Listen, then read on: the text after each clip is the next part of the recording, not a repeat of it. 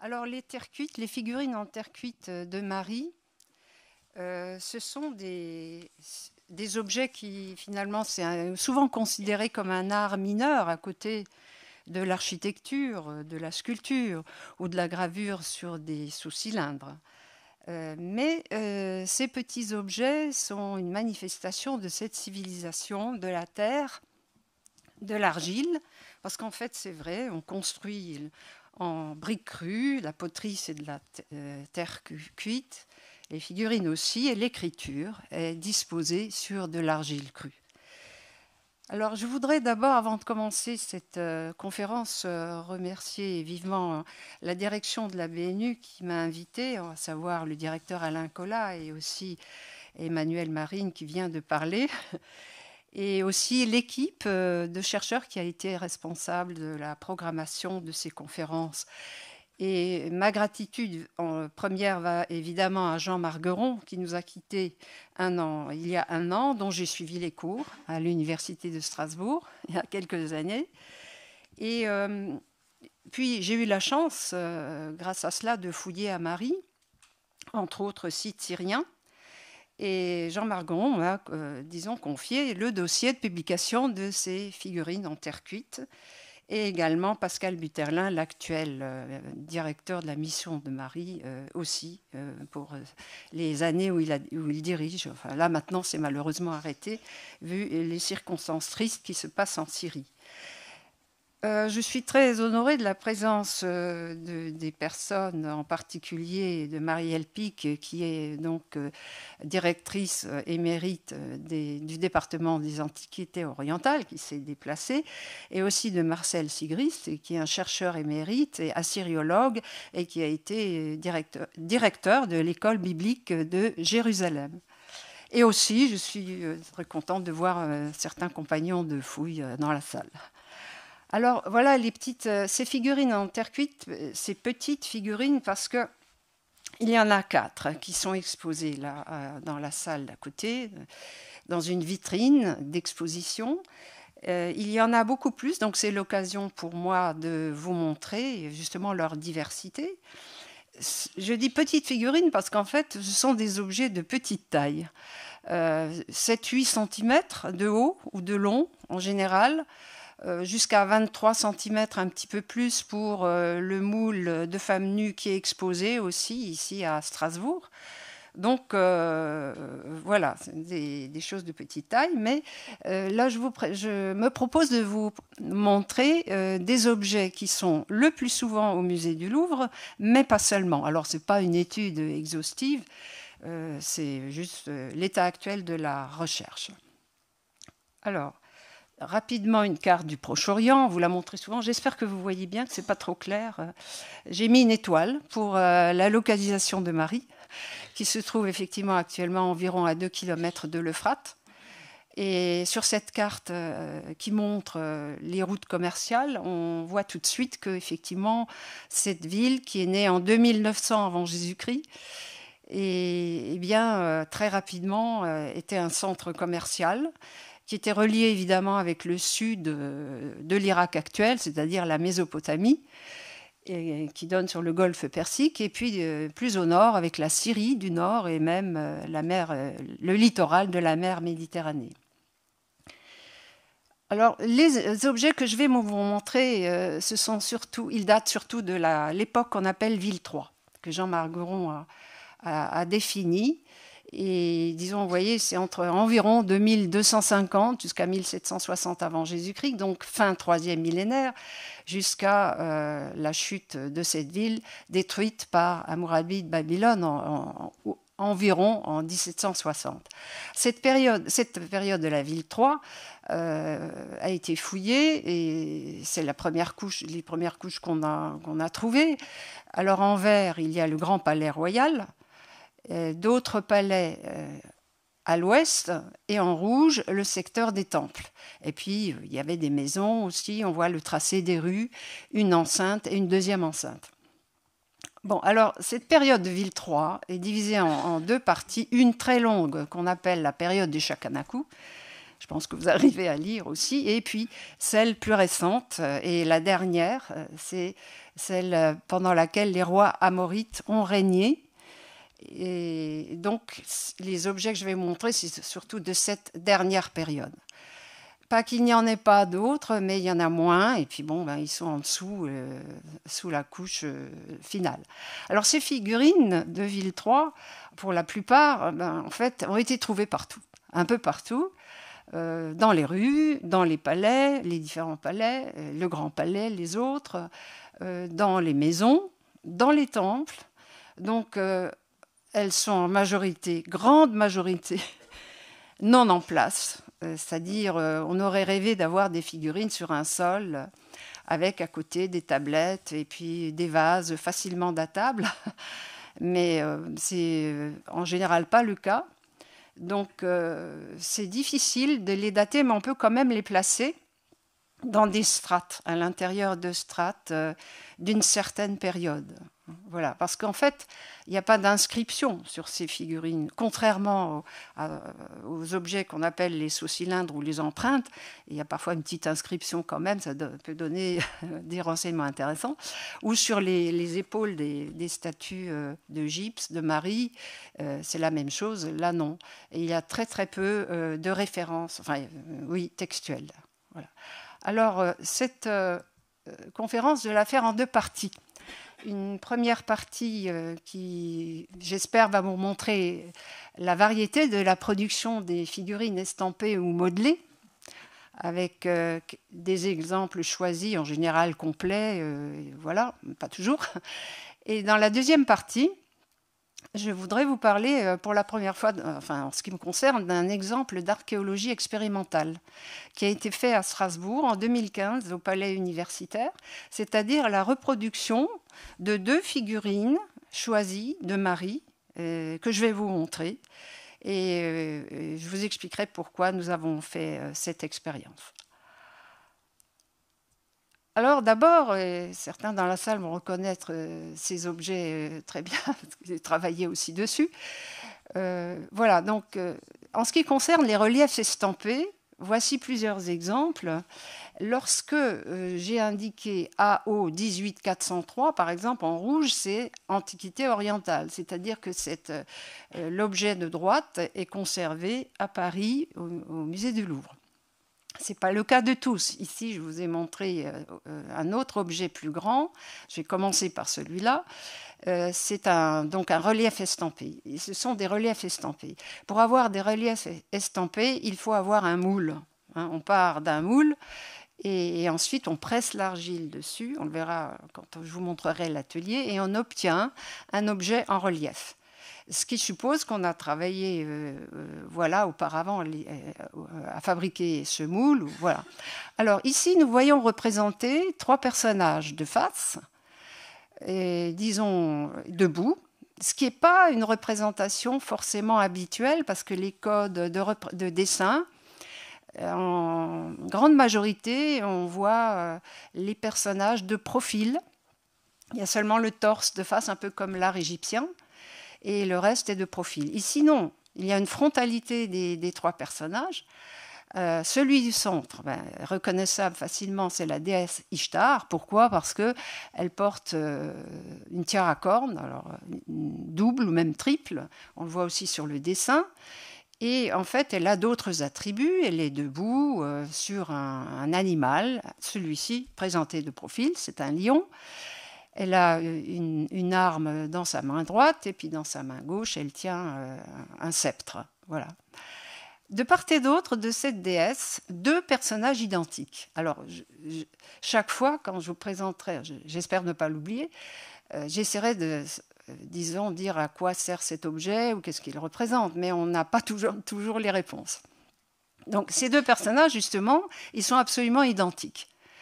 Ils portent une arme, donc ce sont des guerriers, une grande robe conaquès, c'est-à-dire avec des fils de laine, un bonnet qu'on appelle en général un polos. Alors, est-ce que ce sont des rois? C'est vrai que sur la peinture de l'investiture du Palais Royal de Marie, il y a un personnage qui a été identifié, mais un seul personnage, qui reçoit son pouvoir, et c'est le roi. Mais là, il y en a 2. Alors pourquoi cette représentation double et aussi pourquoi cette frontalité de tous ces trois personnages?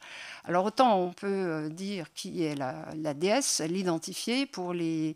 Est-ce qu'il s'agit de personnages haut placés, des guerriers? Voilà, ils sont tous les trois debout sur une partie bombée.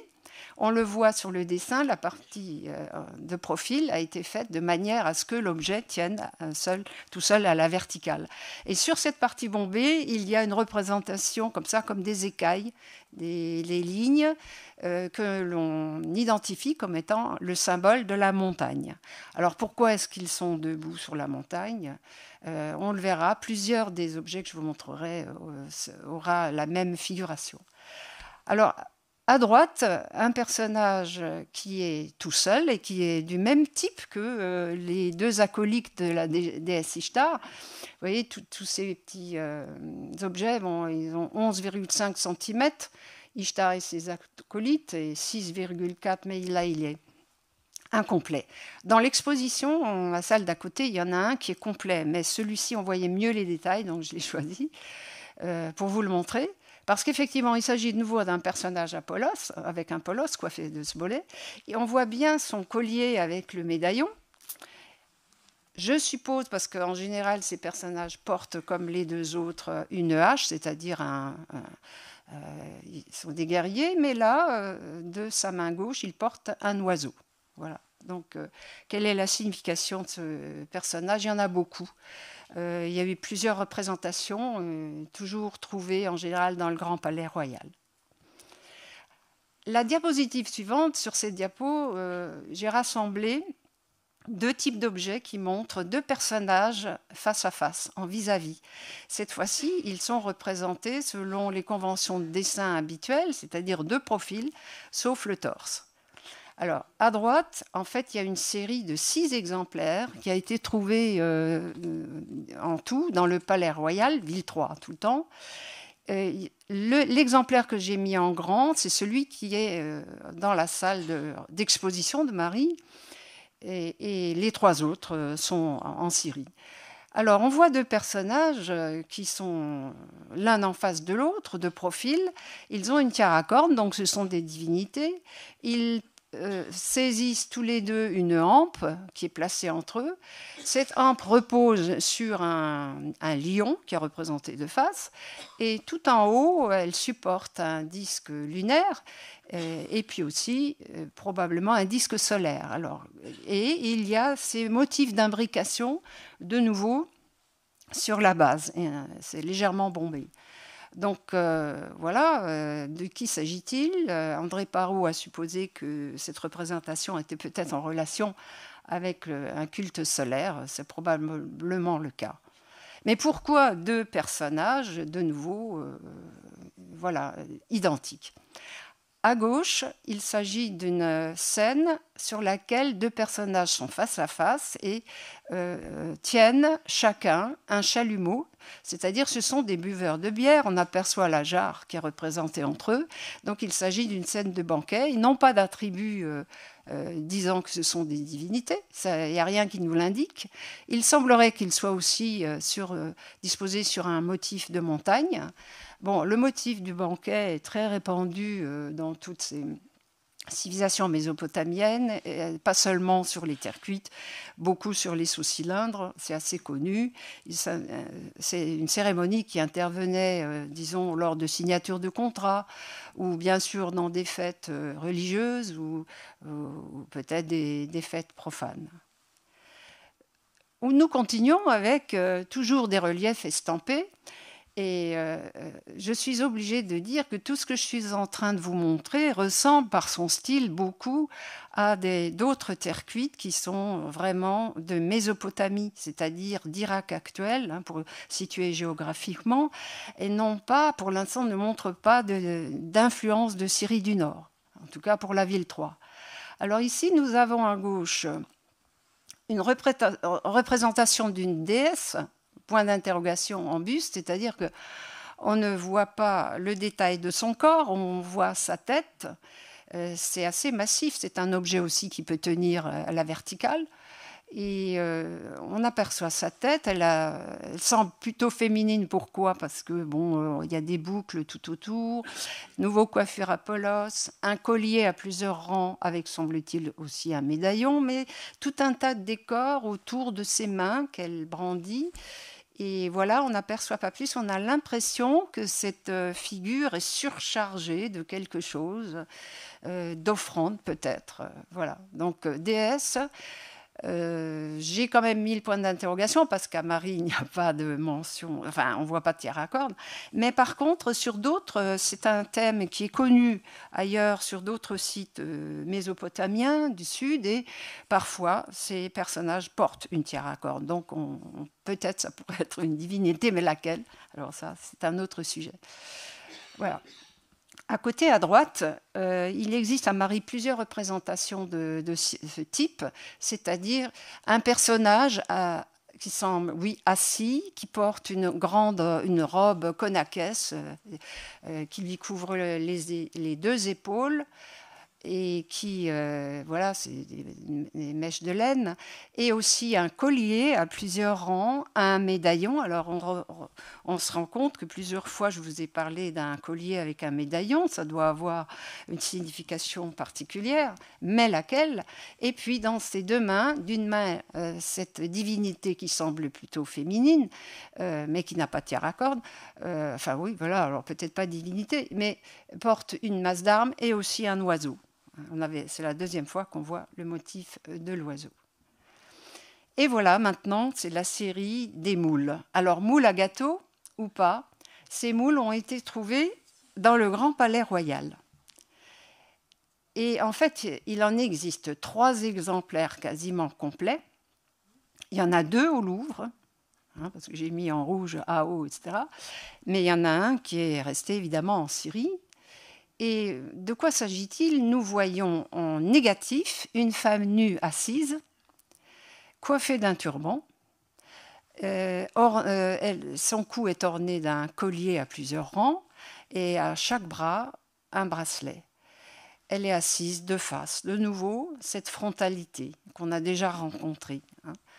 Et bon, alors, de quoi s'agit-il? Est-ce qu'il s'agit vraiment d'un moule à gâteau? Est-ce qu'effectivement, on peut penser que, comme les agneaux de Pâques en Alsace, c'était la même fonction? Enfin, je veux dire.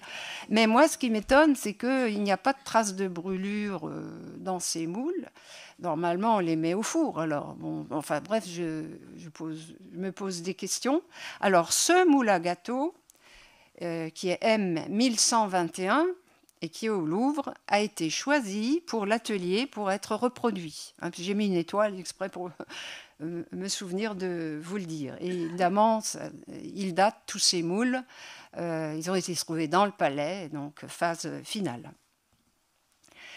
Voici maintenant des représentations, toujours des reliefs estampés de musiciennes et de musiciens.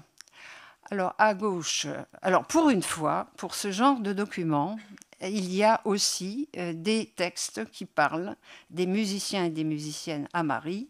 Madame Nelle Ziegler est venue le mois dernier, dans le cadre de ses conférences, et a expliqué la musique à Marie. Elle a écrit un livre, elle a écrit un tas d'articles, c'est la spécialiste. Et ça fait plaisir d'avoir des renseignements. On se rend compte que la musique était très, très importante au Palais de Marie. Enfin, ce sont des documents de la ville 3, l'extrême fin de cette ville. Mais il y avait une école de musique, il y avait, etc.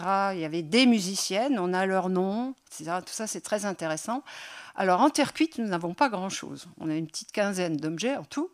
Je vous en montre 5 ici, qui ne sont pas tous complets. Il y a un qui est complet, c'est la figurine de gauche, 761, qui représente une femme nue, de nouveau de face. Elle a aussi un collier, on le voit plutôt sur sa voisine, un collier avec un médaillon, et elle tient sur son épaule gauche, plutôt, un tambourin sur cadre. Donc c'était un instrument de percussion. Et à droite, des hommes, nus aussi, montrés en frontalité, en face, Et ils ont une taille très marquée, vous pouvez le voir, ils ont une ceinture, ça. Mais ce sont vraiment des hommes, c'est clair et net. Ils ont aussi un collier et un médaillon. Alors, de nouveau, le collier au médaillon, et ils jouent aux luttes. Voilà.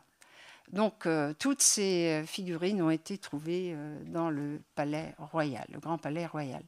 Donc là, pourquoi avoir représenté en petit comme ça des figurines? Bon, des musiciens dans le palais, peut-être que c'était important pour certains d'en avoir. Elles sont transportables, c'est facile à avoir dans sa chambre ou à emmener avec soi. Et maintenant, voici des exemples de figurines modelées, c'est-à-dire faites avec la main, il n'y a pas besoin de moule. Donc, à gauche, il y a représenté donc deux exemples, dont un au Louvre, qui est une magnifique tête très très bien conservée, mais il manque le reste. Alors je dois dire qu'on a retrouvé en grande majorité des figurines cassées. Vraiment des morceaux de tête, de corps, de jambes, etc.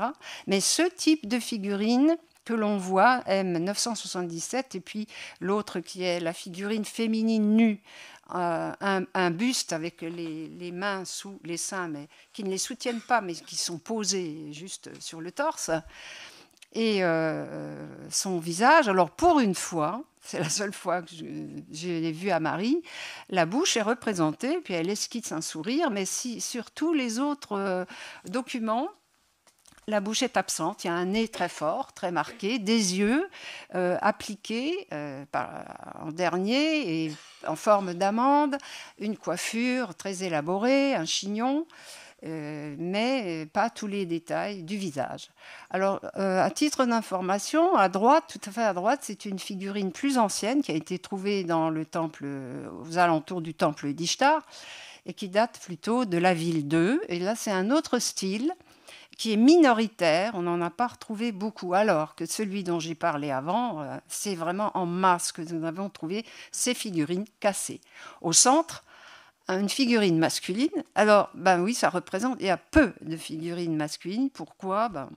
C'est pas, voilà, ça dépend de ce que voulaient signifier ces figurines nues, mais en tout cas, un peu dans tous les sites, à cette époque-là, ce sont les figurines féminines nues qui dominent. Voilà, donc lui, le représentant masculin, son corps n'est pas développé. Il est un petit peu comme la figurine de droite. Il avait les mains posées exactement comme les figurines de gauche, à plat sur sa poitrine, mais les jambes ne sont pas figurées. Passons maintenant aux deux seuls exemplaires du type des figurines le plus fréquemment rencontrées qui ont été découvertes sur le style de Marie. Donc ces fameuses figurines nues, très féminines. La première a été trouvée le 28 janvier 1933. Elle porte le numéro d'inventaire M50, ça veut dire que c'est le 50e objet du début des fouilles menées par André Parrot. Donc c'est vraiment très très au début. Cette figurine est entière ou presque, et on voit, cette fois-ci on voit ce que ça donne quand elles sont entières, avec les mains effectivement posées à plat entre le nombril et la poitrine, les jambes alors présentées de face, les jambes disons rassemblées sur un support, un piédestal de forme tronconique. Et puis, le visage décoré avec les yeux rapportés, les boucles qui devaient peut-être avoir des boucles d'oreilles insérées, peut-être dans l'Antiquité qui ont disparu, le chignon, un bandeau sur le front. Et puis, la figurine qui a été trouvée la deuxième complète dans ce style, ça a été en 2006, lors de la fouille menée par Pascal Butterlin. Certains s'en souviennent bien, ils sont dans la salle et ils l'ont vu sortir. Et en fait, celle-ci ressemble à la précédente. Il y a un petit style différent quand même, mais voilà, ce sont les deux seuls trouvés en 73 ans d'écart et en 90 ans de fouille à peu près, puisqu'on les fête depuis 2003. C'est pas beaucoup, c'est vraiment très peu de figurines complètes.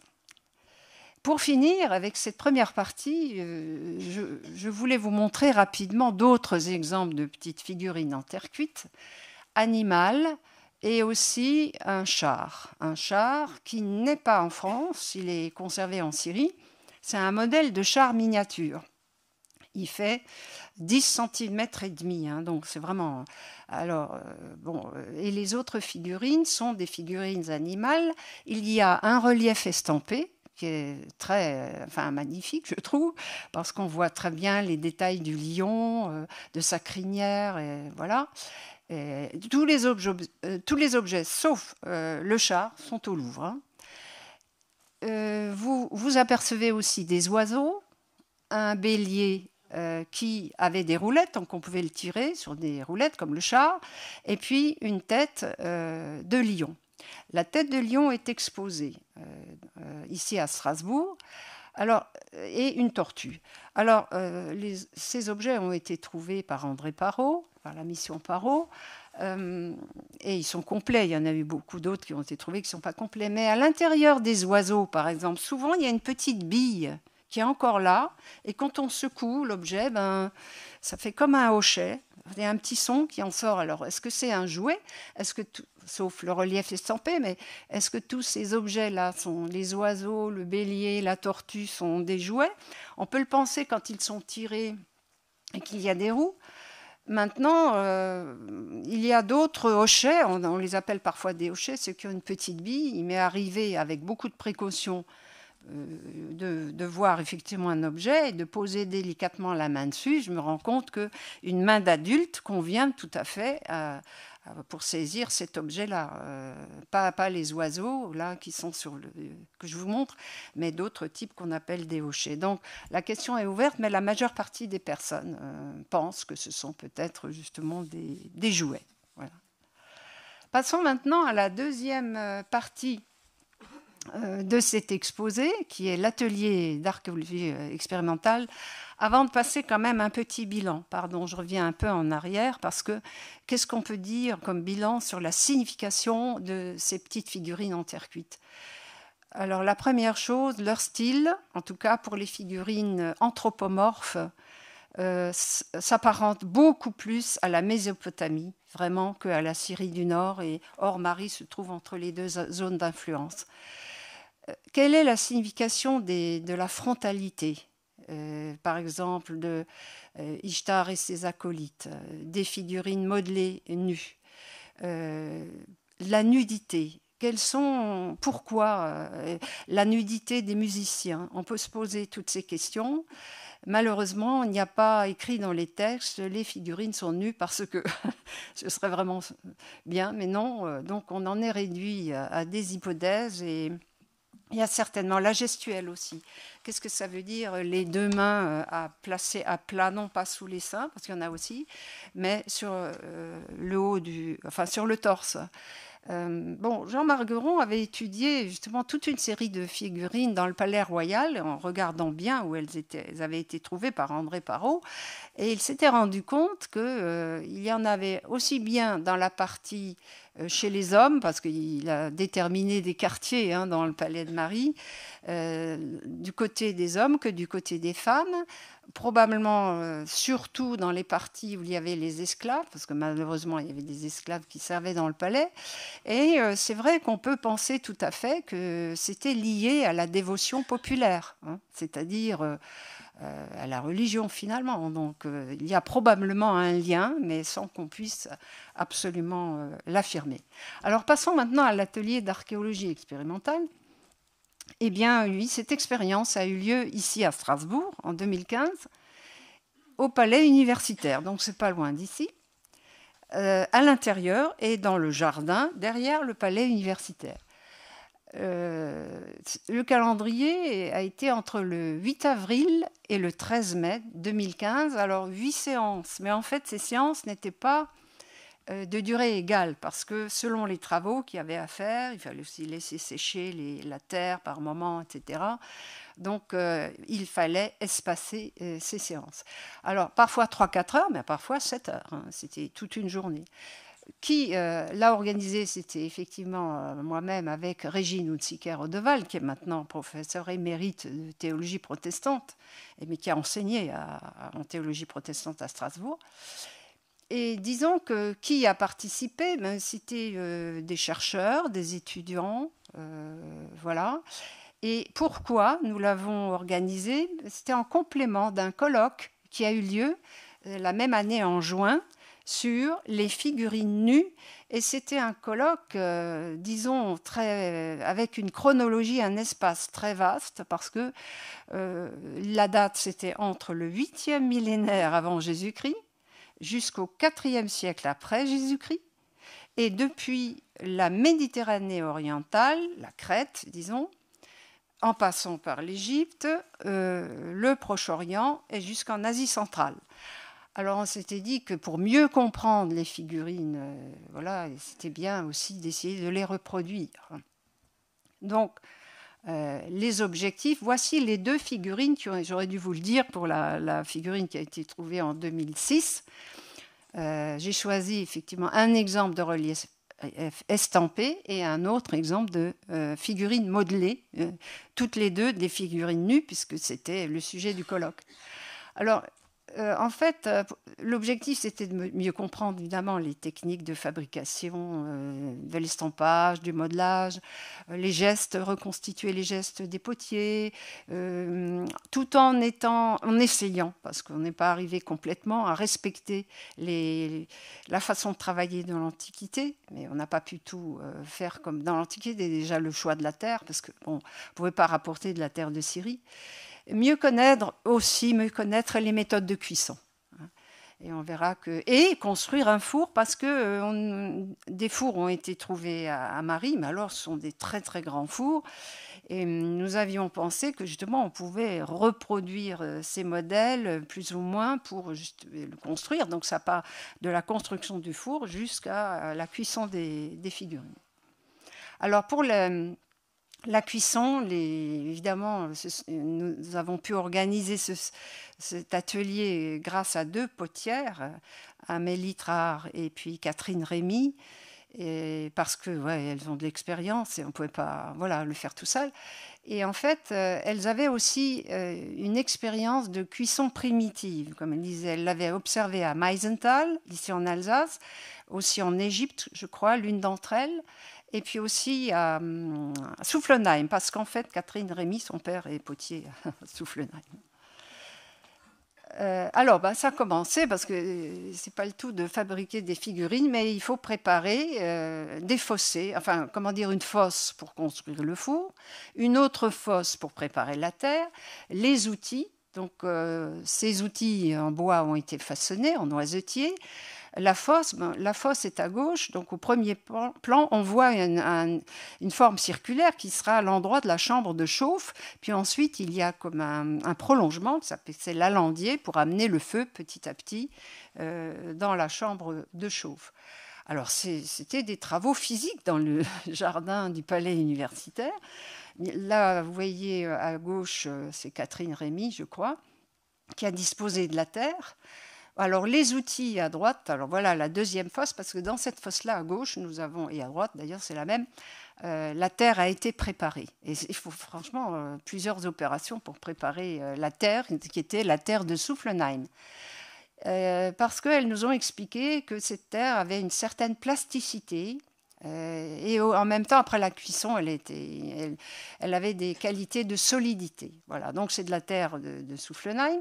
Les outils ne sont pas toujours des outils de l'Antiquité, comme vous le pouvez voir, parce que pour creuser, là, dans le jardin du palais, on a utilisé des pioches et des pelles. Alors, disons que ce n'est pas toujours facile, ça peut être vraiment un travail physique. Et voilà Catherine Rémy qui nous montre, après d'autres l'ont fait, d'entre nous, mais c'était pour éliminer, je crois, un peu l'air qui se trouvait dans la terre. C'est pas toujours facile. Voilà, donc les travaux continuent. Un autre type de préparation qui était d'ailleurs peut-être qui a précédé celle que je vous ai montrée, c'est fouler la terre. Enfin non, c'est sur ce plastique, donc ça vient après, effectivement. Donc une terre foulée aux pieds, quoi. Donc certains participants ont fait l'expérience et puis, voilà, c'était au mois de mai, il faisait pas toujours très chaud, il faisait un peu humide. Bon, voilà, c'est des travaux d'extérieur, hein. Et aussi, ça c'est à gauche, la terre foulée aux pieds. À un moment, on a un peu mis de l'eau, un peu d'eau, des proportions, du sable aussi, de la sciure de bois, parce qu'en fait, il s'agissait de préparer la terre pour construire le four, mettre de côté de la terre pour les figurines, et aussi encore de la terre pour, on va voir, enduire les parois du four, et pour construire les briques. À droite, certains se reconnaîtront, donc il y a la terre qui a déjà été foulée aux pieds, battue et tout ça, avec un moule en bois, comme on fait au Proche-Orient et en Égypte. Eh bien, on dispose la terre dedans pour les mouler, ensuite on va les faire sécher. Donc il faut le temps de séchage. Pendant ce temps, il y a d'autres travaux. Ces briques, vous le voyez, ont le format 16 x 18 x 4,5 cm. Là, elles sont déjà sèches. Alors, pendant ce temps, la fosse que je vous ai montrée pour le four est en train d'être enduite par Amélie Trard ou Catherine Rémy. Ces parois sont enduites justement d'argile. Voilà. À la fois la chambre de chauffe et aussi l'alandier. Et puis vient l'épisode de la construction du four lui-même, c'est-à-dire qu'on dispose les briques au fond de la chambre de chauffe d'une certaine manière, donc ça ressemble un petit peu en miniature au four de Marie, mais vraiment un petit peu. Et puis, opération suivante, numéro 4, eh bien, on dispose, les deux potières qu'on voit là ensemble, disposent la saule, c'est-à-dire une épaisseur d'argile horizontale qu'elles ont percée en même temps qu'elles percent de trous de part et d'autre, de part en part, pour laisser passer la chaleur qui va monter, parce que les figurines seront posées dessus. Alors, ce n'est pas tout à fait fini, parce qu'il faut édifier les parois du four. Là, à gauche, c'est presque fini, mais pas tout à fait, puisqu'on voit à droite, il n'y a qu'une petite ouverture qui est laissée libre pour mettre les figurines dans la chambre de chauffe. Ensuite, l'alandier, c'est-à-dire la partie allongée, elles avaient décidé de recouvrir justement de baguettes de bois, mais aussi ensuite d'une couche d'argile et même par la suite de briques réfractaires, hein, c'est-à-dire des briques cuites. Pendant ce temps, il s'agit aussi de s'occuper des figurines. Alors, dans l'atelier, eh bien, chaque personne qui voulait travailler ce type de figurine, c'est-à-dire celle de 2006 qui est modelée, avait devant soi une masse d'argile, un dessin ou plusieurs dessins, des photos, des mesures et des outils en bois. Et puis, comment faire? Alors, est-ce qu'il s'agit de prendre une masse d'argile, de la mettre devant soi verticalement ou de la coucher et de faire tout en une seule fois, c'est-à-dire d'essayer d'avoir assez d'argile pour la tête, pour les jambes, pour les bras, les futurs bras, etc. Ou est-ce qu'on décide de la faire en plusieurs morceaux? Parce qu'en fait, pourquoi pas? Donc, chacun a fait ses expériences. Ça a mis à peu près, je ne sais pas, 1h30, 2 heures peut-être, parce qu'il faut, voilà, si on n'a pas d'expérience, les potiers de l'Antiquité en faisaient plusieurs pendant ce temps, mais donc il faut de toute façon avoir assez de pâte, pas attendre trop longtemps parce que sinon elle est trop sèche. Pour les bras, il faut faire attention parce que si on les fait trop vite, ils vont sécher, ils vont tomber. Alors il y a une stratégie à découvrir pour faire au mieux. Puis après, il y a faire aussi joli. Et ça, c'est pas évident non plus. Alors les résultats, chacun a pu faire ce qu'il a pu faire, hein, mais il y a pas. Mais l'essentiel, c'est d'avoir essayé. Certains, comme à gauche, avaient décidé de le mettre sur une planche et puis voilà, pourquoi pas. Et ensuite, mais de toute façon, ce qu'il faut faire en dernier, c'est l'application des yeux, les incisions pour le sexe féminin, la coiffure et tout, voilà, et ne pas oublier d'avoir placé les bras. Voilà. Alors, ensuite, il faut les faire sécher avant de les cuire. En ce qui concerne la réalisation des figurines estampées, eh bien, il n'y a que 2 personnes qui ont réalisé, c'est un peu plus difficile. Alors, le point de départ, c'est déjà d'avoir devant soi, sur une planche en bois, une certaine épaisseur d'argile sur laquelle il y a un dessin. C'est ce qu'on veut obtenir, c'est-à-dire la figurine nue du moule à gâteau ou pas. Hein, donc, et puis après, numéro 2, ben, la personne, elle creuse tout autour du dessin pour évider et former l'image en relief. Parce qu'en réalité, là, on va d'abord faire une image en relief pour obtenir ensuite le négatif. Alors, l'épisode 3, vous le voyez, c'est pratiquement terminé. La personne a travaillé uniquement avec des outils en bois. Bon. Alors, après, il s'agit de cuire ce qu'on vient d'obtenir au numéro 3. Et une fois que cette partie est cuite, il y a l'opération suivante. Et l'opération suivante, c'est de disposer de la terre. Ça va être vraiment ça, l'estampage. C'est obtenir à partir d'un élément, on presse de l'argile dessus, dans un sens ou dans l'autre, c'est ça l'estampage. Il faut un modèle et on presse de l'argile dessus pour obtenir. Là, c'est une figurine en relief, cette fois-ci, pour obtenir le négatif, c'est-à-dire en creux. Et l'opération qu'est en train de faire Catherine Rémy, c'est un peu délicat, donc c'est elle qui l'a fait. Et elle a disposé de l'argile tout autour, et elle est en train de couper pour que ce soit joli les bords. Alors, c'est pas un couteau de l'Antiquité, mais voilà. Et on va voir.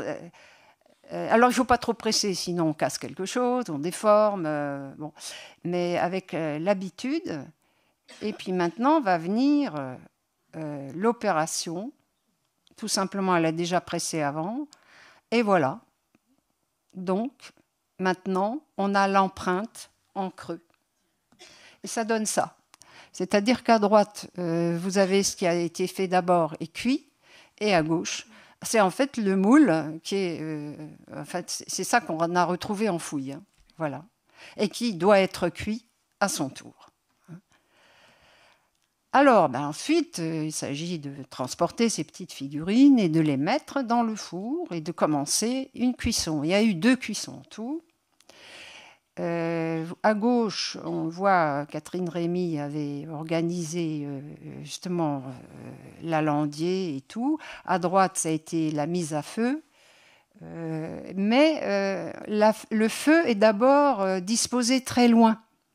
Et au bout de 2-3 heures, on rapproche les braises de plus en plus, on enlève des éléments qui gênent pour que Alors donc c'est en fait un feu qui est progressif, qui monte progressivement en degrés et qui peut aller jusqu'à 700-750 degrés.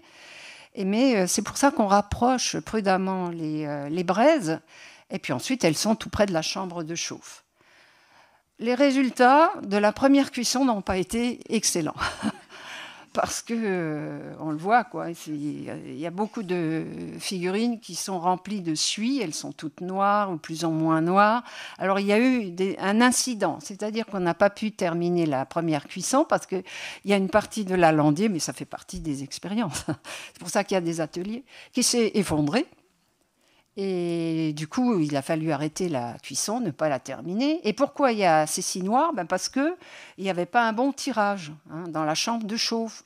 Et il faudra recommencer l'opération. Alors, il y aura une deuxième cuisson, nouveau. Et puis, disons que cette fois-ci, en tenant compte des difficultés rencontrées, ça a mis une journée là, ça met 7 heures. Et... ensuite, il fallait attendre toute une nuit pour que les choses refroidissent et qu'on puisse aller chercher les figurines. Moi, je me disais, la nuit, j'espère qu'il n'y a pas quelqu'un qui va venir les prendre et tout ça dans le palais universitaire, parce que on a dû le laisser à l'extérieur. Et puis, le résultat est meilleur. Hein. Là, maintenant, meilleur tirage. Les figurines, là, il y en a quelques-unes aussi que Régine Sicker avait fait cuire. Je n'ai pas pu tout séparer. Et le résultat est bien mieux. Le bois qui avait été utilisé comme combustible, c'était le hêtre, le sapin, le bouleau. Et le feu, bon, il y a une technique, hein, c'est pas évident, et aussi la durée de la cuisson, tout ça, ça demande beaucoup, beaucoup de travail. Voilà, donc il y en a qui ont... quel bilan peut-on, qui ont été réussis? Plus ou moins, hein, c'est pas aussi joli que l'original, de loin pas. Mais dans l'ensemble, cet atelier, si on veut en tracer le bilan, quand même, c'est positif. Parce qu'on a mieux compris, je crois, comment modeler, par quoi commencer, qu'est-ce que c'est que l'estampage, la technique, tout ça, ça a été compris. On a aussi vu que préparer la terre, c'est un énorme travail et qui est long. Hein. On a pris conscience du savoir-faire des potiers.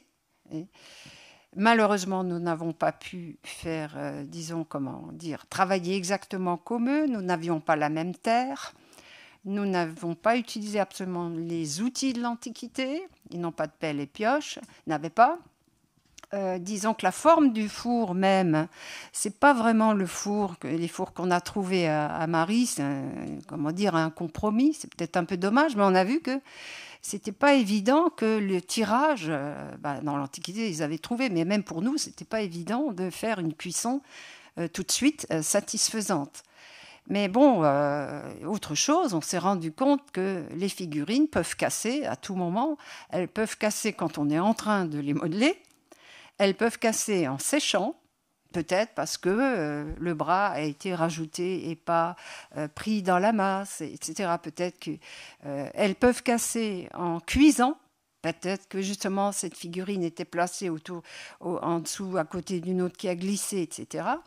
Et puis elles peuvent casser parce qu'on est maladroit, on les fait tomber, quoi. Mais en fait, en règle générale, elles semblent quand même assez solides une fois qu'elles sont cuites. Enfin, c'est une question que je m'étais posée, moi, dans l'étude des figurines. Alors, qui faisait ces figurines? Est-ce que c'était des potiers qui faisaient les vases? Est-ce que c'était des hommes, des femmes? Est-ce qu'ils étaient aidés par les enfants? C'est une question qu'on peut se poser. Alors récemment, j'ai vu une conférence par Zoom d'une personne qui a étudié, alors bon, ça demande à être confirmé, mais c'est intéressant, elle a étudié les empreintes de doigts, parce que c'est vrai qu'il y a souvent des empreintes de doigts sur les objets. Quand on les retourne, les figurines en terre cuite, beaucoup d'empreintes. Et avec ces empreintes qui sont bien visibles, elle a étudié les empreintes, si ce sont des empreintes d'adultes ou d'hommes ou de femmes ou d'enfants. Alors, le résultat pour l'Anatolie et pour la période du néolithique, ça a été que y avait des hommes, des femmes qui travaillaient la poterie et les terres cuites, parce que c'était des figurines aussi, et des enfants aussi. Donc, on peut dire que certaines opérations, c'était peut-être fait en famille, hein, tout simplement. Évidemment, pas des enfants très petits, mais à partir de 10-12 ans, ils pouvaient aider à cette tâche-là pour les choses les plus faciles.